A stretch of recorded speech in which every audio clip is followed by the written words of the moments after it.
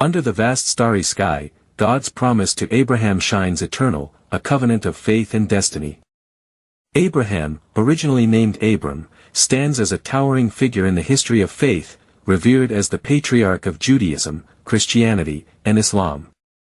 His story, chronicled in the book of Genesis, chapters 11 to 25, is a profound narrative of trust, obedience, and divine promise. Known as the father of many nations, Abraham's life is a testament to the power of faith in the face of uncertainty, making him a universal symbol of devotion. Born in Ur of the Chaldeans around 2000 BCE, Abraham's journey from a polytheistic society to becoming the pioneer of monotheism is both inspiring and transformative. His covenant with God, promising land, descendants, and blessings for all nations, laid the foundation for the Abrahamic religions. Whether it's his call to leave his homeland, his willingness to sacrifice his son Isaac, or his role as a mediator with God, Abraham's life offers timeless lessons for believers today. This biography aims to provide a comprehensive exploration of Abraham's life, drawing from biblical accounts, historical context, and theological insights. By delving into his early years, his divine encounters, his family dynamics, and his enduring legacy, we seek to illuminate why Abraham remains a beacon of faith for millions worldwide. Tailored for readers of We Love God Daily, this article is designed to inspire, educate, and deepen your spiritual journey.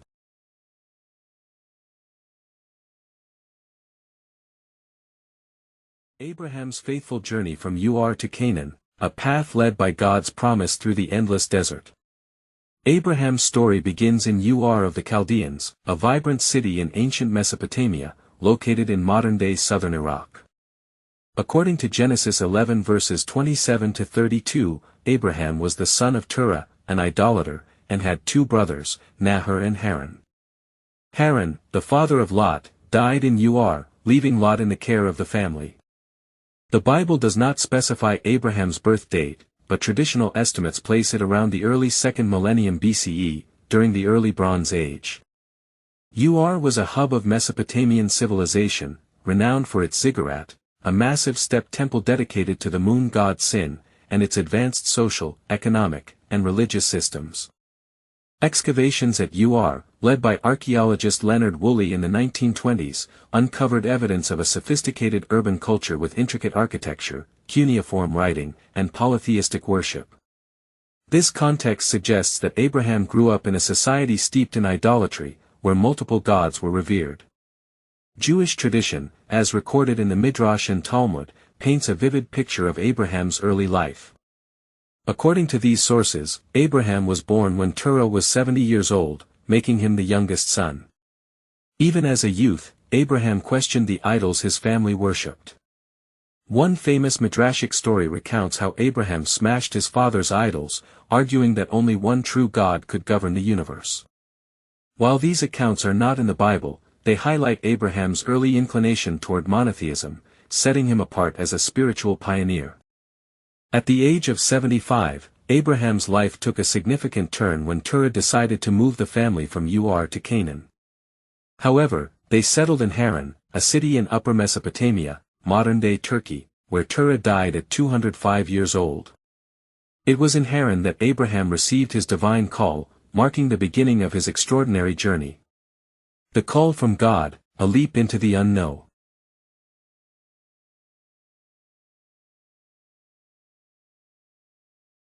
The defining moment of Abraham's life came in Haran, when God spoke to him in a profound and life-altering command.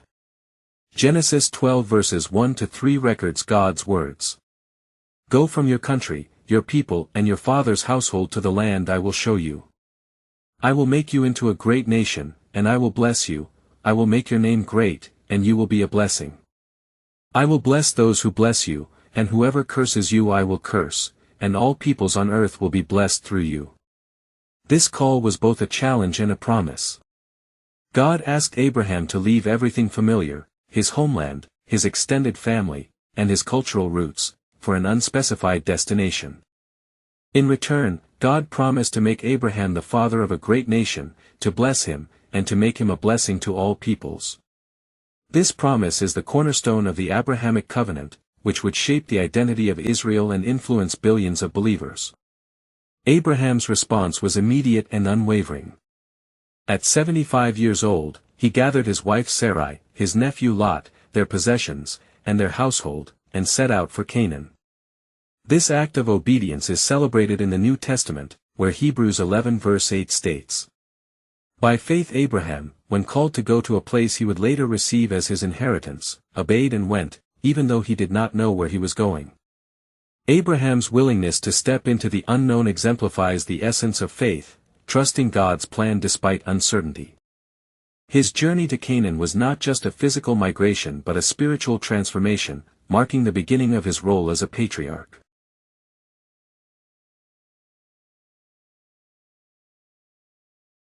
Upon arriving in Canaan, Abraham's faith was immediately evident.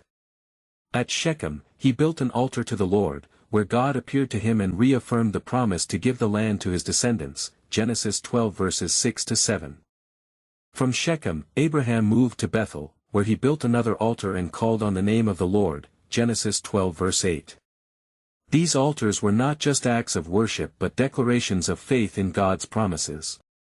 However, Abraham's journey was not without challenges. A severe famine struck Canaan, forcing him to seek refuge in Egypt, Genesis 12 verse 10. Fearing for his life due to Sarai's beauty, Abraham asked her to pretend to be his sister, a half-truth since she was his half-sister, Genesis 20 verse 12.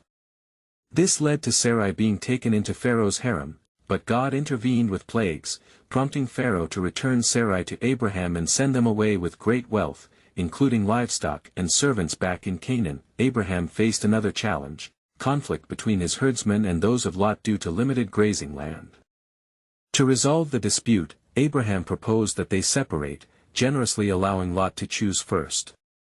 Lot selected the fertile plains near Sodom, while Abraham remained in Canaan, Genesis 13 verses 5-13. God then appeared to Abraham, reaffirming the promise of land and descendants. "Lift up your eyes from where you are and look north and south, east and west. All the land that you see I will give to you and your offspring forever. I will make your offspring like the dust of the earth, so that if anyone could count the dust, then your offspring could be counted." Genesis 13 verses 14-16. Abraham's generosity and trust in God's provision highlight his character as a peacemaker and a man of faith.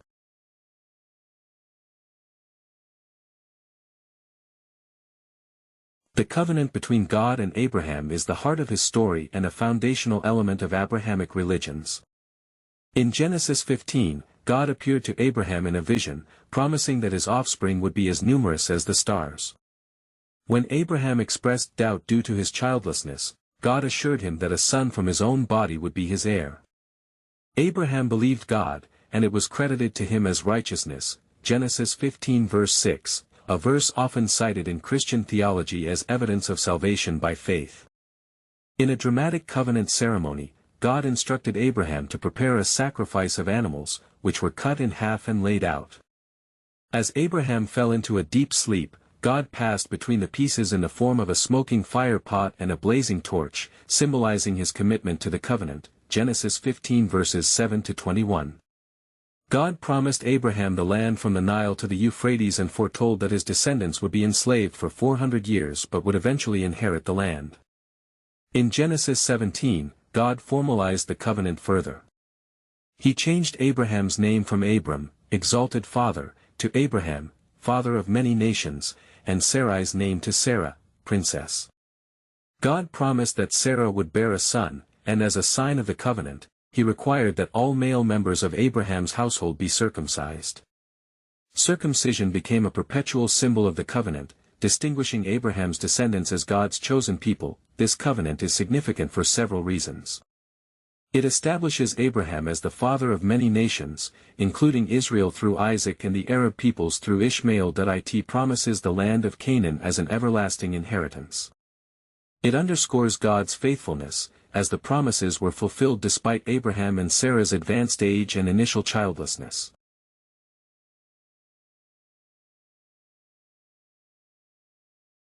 Sarah, Abraham's half-sister and wife, was barren, a source of great sorrow in a culture where children were a sign of blessing.